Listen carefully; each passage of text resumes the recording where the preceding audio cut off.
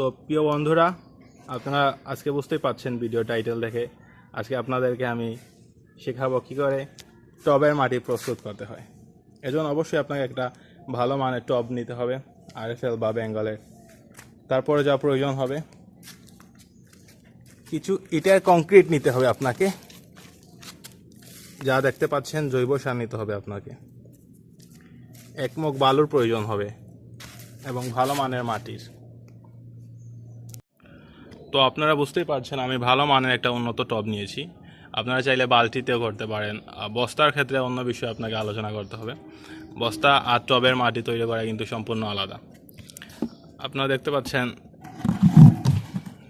তো আমি এখানে 14 ইঞ্চি টব নিয়েছি বন্ধুরা। আর প্রথমে যা করতে হবে, ছোটো একটা ছিদ্র করতে হবে আপনাকে টবের নিচের দিক থেকে, এরকম ছোটো, তেমন বেশি বড় না করলেও হবে, যাতে অপ্রয়োজনীয় পানিগুলো অতিরিক্ত পানিগুলো যাতে বের হয়ে যায়, সেটা দেখাচ্ছি। তো তারপরে স্টেপ বন্ধুরা আপনাকে দেখাচ্ছি। টবের এই দিকটা হবে ঠিক মাঝখানে ছোটো পাতলা এক টুকরো এরকম কংক্রিট রাখতে হবে। তারপরে চতুর্দিকে ছড়িয়ে দিতে হবে কংক্রিটগুলো।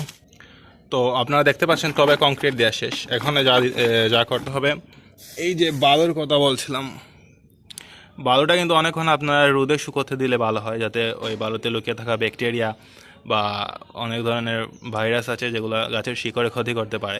সেই জন্য বালু অনেকক্ষণ রোদে শুকোতে দিবেন, তারপর এমন করে টবে দিয়ে দিবেন। আপনারা চাইলে এই বালু দেওয়ার পর পানি দিয়ে আবার একটা টেস্ট করতে পারেন যে কোন দিক দিয়ে, না সেটা না করলেও হবে হয়তো।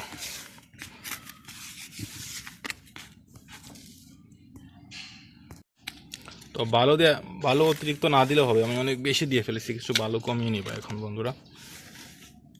আর যেটা মনে রাখতে হবে আপনাকে, অবশ্যই বালু রোদে শুকিয়ে নেবেন, যাতে গাছের শিকড়ে ক্ষতি না করে। তো টবের যে পর্যায়টা ছিল সেটা কিন্তু শেষ। এখন আপনাকে দেখাবো কি করে মাটি প্রস্তুত করবেন। আচ্ছা, মাটি প্রস্তুত করার জন্য আমি এখানে শুধুমাত্র জৈব সারটাই ব্যবহার করব, কারণ আমি একটা আসলে গাছ ভেদ, আপনি কোন ধরনের গাছ রোপণ করবেন সেটার উপর নির্ভর করে কী ধরনের সার দিতে পারেন।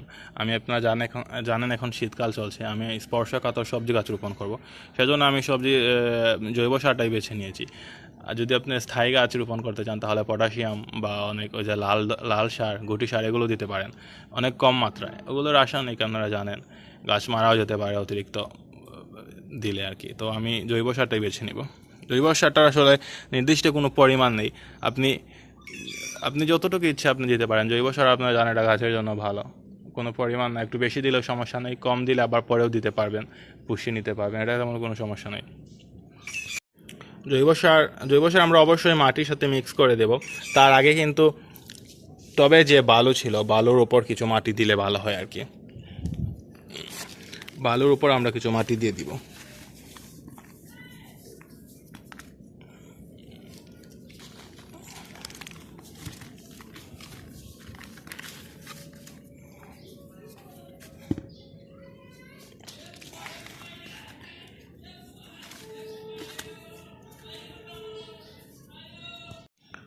তো বন্ধুরা, যে কাজটা করার ছিল প্রয়োজনে সেটা কিন্তু করে ফেলেছি আমরা।